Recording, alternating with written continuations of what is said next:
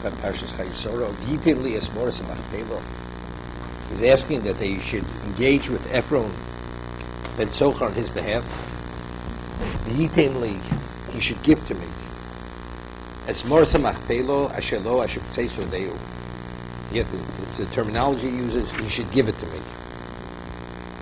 B'chesed mole etnenoli. And in what context will he give it to me? B'chesed mole. I'm willing to pay full price, whatever that price is. Full value, b'sochachem. Within yourselves, lachuzas kever. As lachuzas is a portion used for burial. I mean, I explained it based on the Orachaim HaKodesh, but you could say to me, a person lets you have a certain object, one of a kind. It's not for sale, and I say to you, I'm willing to pay any price. That's how much I want it. Could you please give it to me? The seller's not interested in selling. So, and he's not even interested in whatever you're going to pay. So even though I'm paying, but factually it's mentally, you're giving it to me because you have no reason to release it for the money. You're not interested. But over here, Avram, that wasn't the case. He wanted to express his level of appreciation that even though I'm paying for it, the way I value it is if you're gifting it to me. That's the way I value it. I'll give you an example with certain people. When it comes to chesed, the way to do chesed, sometimes a person does chesed to another person, unfortunately. The person who does the chesed feels like he's a needy person. And he lets them know, I did for you. Other people, when they do chesed to a person, there's such bali chesed, the recipient feels he did a favor to the one who did the chesed for him. That's a special person. The Gemara says in Sukkah that the value of chesed is based on the tzedakah, the way the chesed that you do with the tzedakah. You give tzedakah, you make the person feel he's no different than you are. That's the ultimate level of tzedakah. That he doesn't. It's not you're a beggar. I don't want to be bothered with you. Just the opposite. I'm happy. It's a privilege to be able to help you. You make a person feel that's you elevate him. It's v'yitnuli. I want to see to what degree I value you giving me this, although I'm paying for it.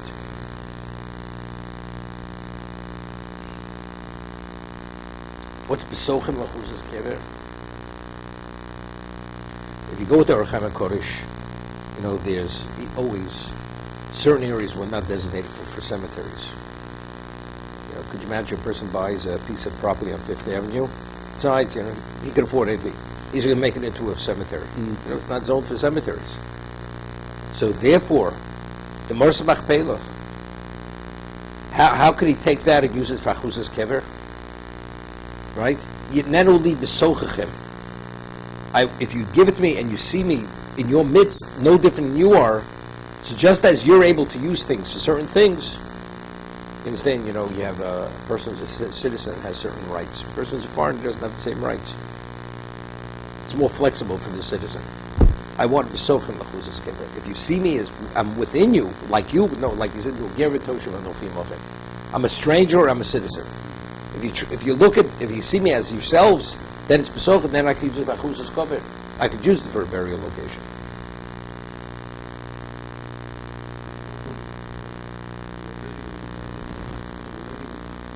But then he doesn't. So then he doesn't have to say. Person says, "I want an acre in a cemetery." What else are you buying for? You bury people there. No, what is? So what does he have to say? Lachuzas kever.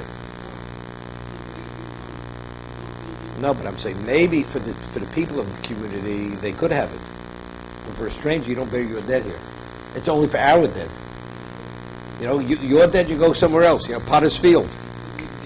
Howard knows about Potter's Field. Can't stand that. Yeah. Okay. We left off yesterday. Your Aleph. Lo Adoni Shma'ini. So here Avram is offering Kesed Molei, and Ephron's respond Lo Adoni. See, he refers to Avram as what? As Adoni. Lo Adoni Shma'ini. Listen to what it. Hasodo Nosati Lo. Consider the field as if I already gave it to you.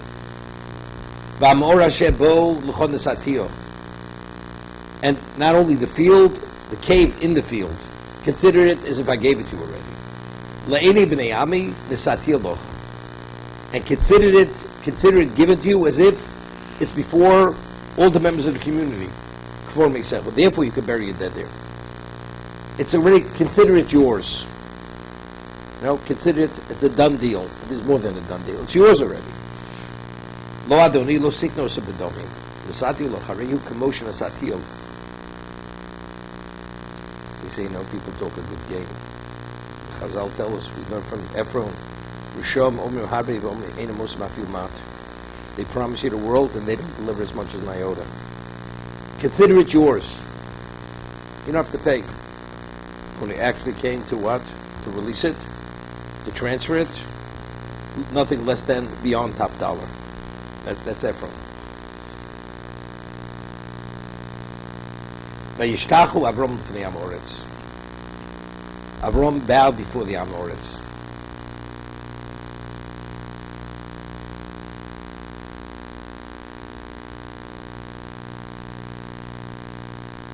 Take a look and see. The Chuzas Kemer, similar. We're talking about the zoning. With that, similar. Shapi Shimkor, even if he said Ula Yarir, maybe a person come with a complaint. Shlo Ekbar Eitzim Gvul, a person, I don't want a grave right on my boundary line. The Kachan Ishol Shimkren Lachuzas Kovet, but if it's sold as that, nobody come with a claim that I don't want a grave on my boundary line.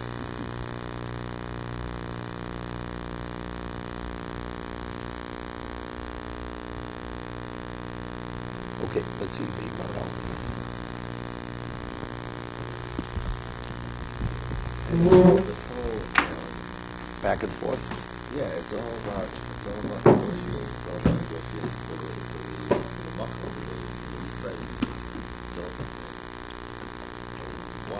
So Why is it such a complicated negotiation? Why should it be so complicated? A piece of real estate has a certain price, a certain value. I'm willing to pay it. Finished. for what? But I think the point is that it's just showing what Avram had to do to get this before it was so No, Avram understood them better than they understood themselves.